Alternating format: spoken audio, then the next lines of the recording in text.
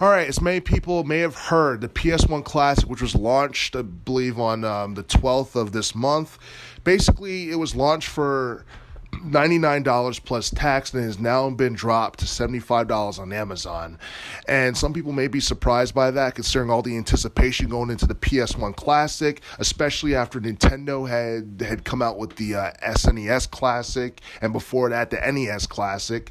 But the PS1 Classic has been considered to be underwhelming by many people who have played it, and I guess it didn't live up to their expectations for the most part. Now, Sony did do a couple of good things, such as include classics such as Final Fantasy VII, Tekken 3, Twisted Metal.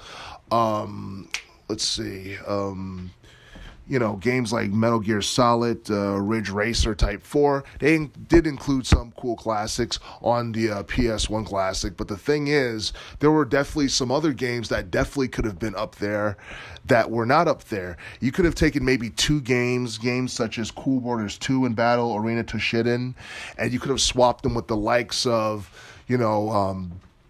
Castlevania Symphony of the Night, which was extremely popular, probably one of the best Castlevania games in the entire series, along with Chrono Trigger.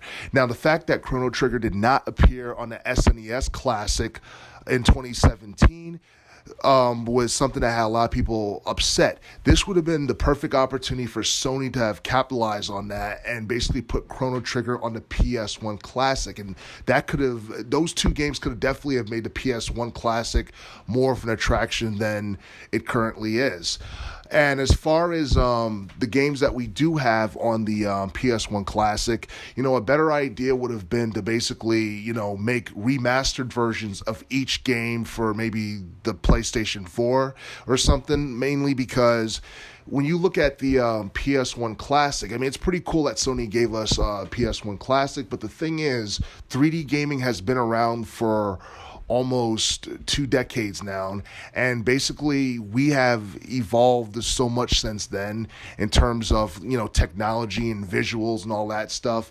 People are into like high quality Unreal Engine type video games, and when you look at the PS1 era of gaming, basically we had basic 3D graphics, which are considered to be far inferior to what we have right now on the PlayStation 4.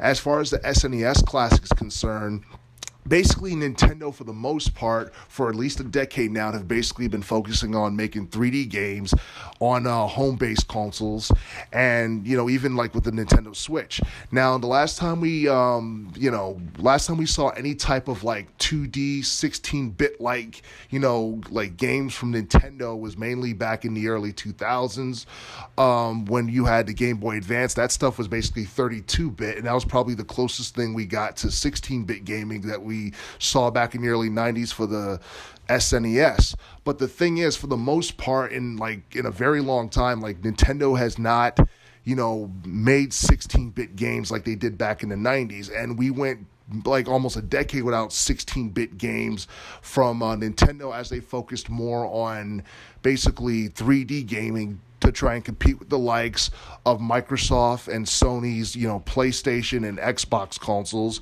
But the reason why I guess the SNES Classic may have been more of an attraction than the PS1 Classic is because, those titles were really old, and 16-bit gaming was basically, at its peak, when it first became big back in the 90s. 16-bit gaming was basically like a mastered version of 8-bit gaming. You take the 3D gaming of the PS1, it was basically like beta 3D type gaming. I mean, it wasn't mastered. 3D gaming was still new, and looking back at it now, it actually looks really, it doesn't look too great compared to, the PS2, 3, or even the PlayStation 4 as far as visuals are concerned. So that may possibly be one of the reasons why, people look at the PS1 Classic and they look at what we got today for the PS4 and it's not so great. And, and basically you take, games like Final Fantasy VII, which also, which appeared on the PlayStation PS1 Classic. Pretty much, we're getting a remake of Final Fantasy VII, I guess, either next year or 2020. So, playing that version of it on the PS1 is kind of, It makes people like, what's the point of having this? But again, it's not quite, it's not exactly, Sony's fault that the PS1 Classic was mainly a flop. I mean, there could have been a couple of, better games on the PS1 Classic, but ultimately, the PS1 Classic, I guess, didn't quite live up to everybody's expectations in terms of, how successful it was going to be. I mean, it could definitely still go to sell, millions worldwide, but honestly, basically a remake or a remastered version of every game that appeared on the PS1 Classic for the PlayStation 4 probably would have been a better option. Probably make it available on the PlayStation Store or whatever. That would probably would have been a better alternative than coming out with the PS1 Classic. And I know the mini console wars was definitely something that a lot of people were like excited to see because it was reminiscent of that of the 90s. Because I believe the Sega Mega Drive still has a mini console that's set to come out in 2019. But I guess that's something that would probably work better with 2D gaming, especially considering the fact that 3D gaming has become very popular and we're more focused on quality gameplay and advanced visuals in this day and age. So basically going back to inferior 3D beta-like, graphics and visuals is something that's not quite a good idea. Instead, remastered versions of games from that time period and that era would be a lot better than I guess trying to put them out as they were when they came out back in the late 90s, early 2000s time period. But, the price drop for the PS1 Classic could definitely end up being helpful for the retro-based game system altogether. And for those who want to just buy it just to try it out, or who just want to purchase it as a, just to have it as a collector's item so they can trade or whatever, you can buy it on Amazon for $75.